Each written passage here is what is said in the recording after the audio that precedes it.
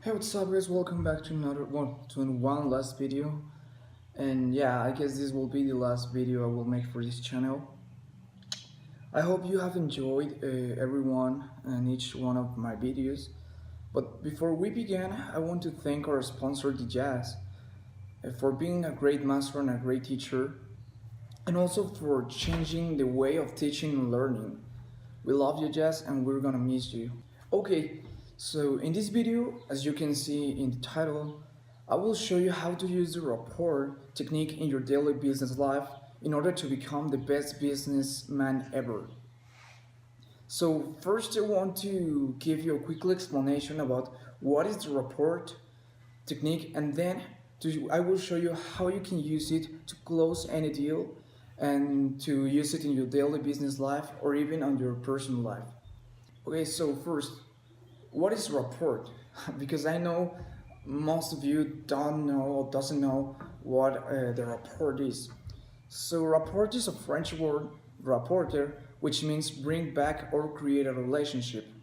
The concept of the rapport comes from the psychology, and it is usually used to create an empathic connection with another person in order to communicate yourself better with the receiver. The objective of this technique is to create trust in the communication processes in order to the person to be more receptive and open, making him interact better and to receive information with less resistance. Okay, so we are good at this time, but I know some of you may think, okay, I get it, Diego, but this means that if I have similar ideas or even the same ideas as another person or as a friend does, it can say I'm making rapport, I'm using the rapport technique with them. But no, not exactly. When we talk about rapport, it means that there is receptivity to what the other person is talking, not necessarily to that you need to concur with the other person in the number or genre or something else. In other words, let's imagine that we are in a meeting with someone and we want to close a deal, but we don't share the exact same ideas or the same ideology as the other person do. So in this time, most of the people will say that we are in nowhere direction of the deal, but that ain't true because we can't force the rapport without feeling it like you are forcing it. And you may think, how I can do this? Well, you already have done it with someone you have a really good connection, a really good relationship. So I want you to remember the first time you feel that connection with that person.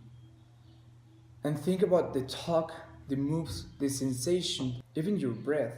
That time of the connection, I can assure you that unconsciously you use rapport and your moves were kind of similar. So that is the thing we want to create with the rapport in the example of the meeting.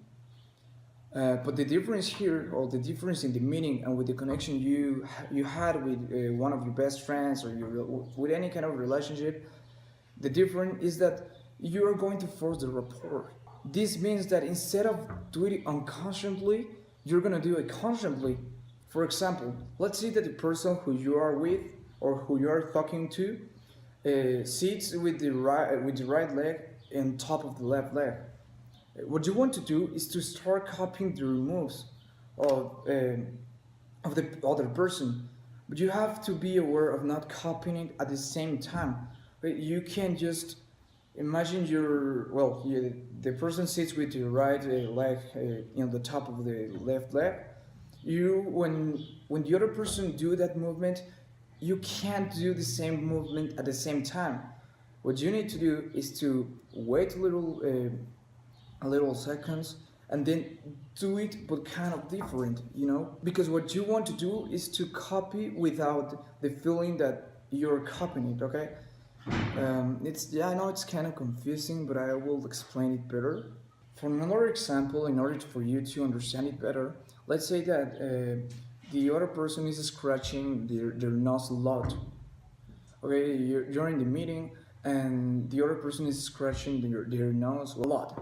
So I don't know, she or he's talking and then he scratched his nose.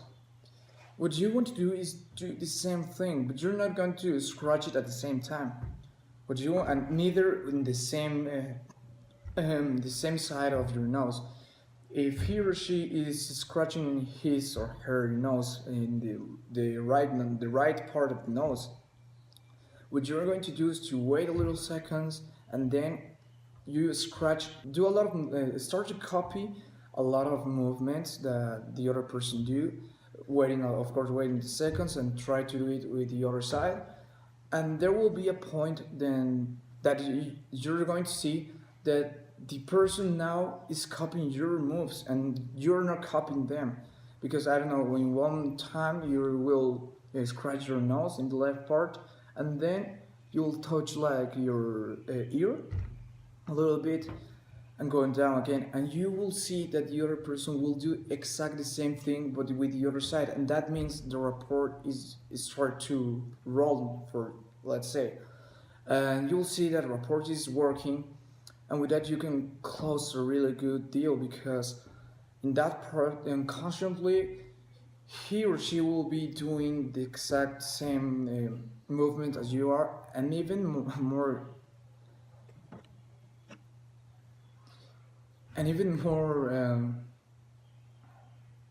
okay, and even more extremely, the breath of both will be coordinated, and that's a psychology thing, and that's why rapport is really really good for business, because when you get to that point of the other person copy your moves, that means that you are in the rapport zone, you're using the rapport technique, and the other person will be open to other ideas, will be receptive, for saying like that, and that's how you will be the best businessman ever, because you're gonna use all the time that when you're selling something or selling an idea or closing a deal, if you do the rapport technique, I assure you you will close the deal, but you just need to practice. Okay, it's really complicated, not all people do it,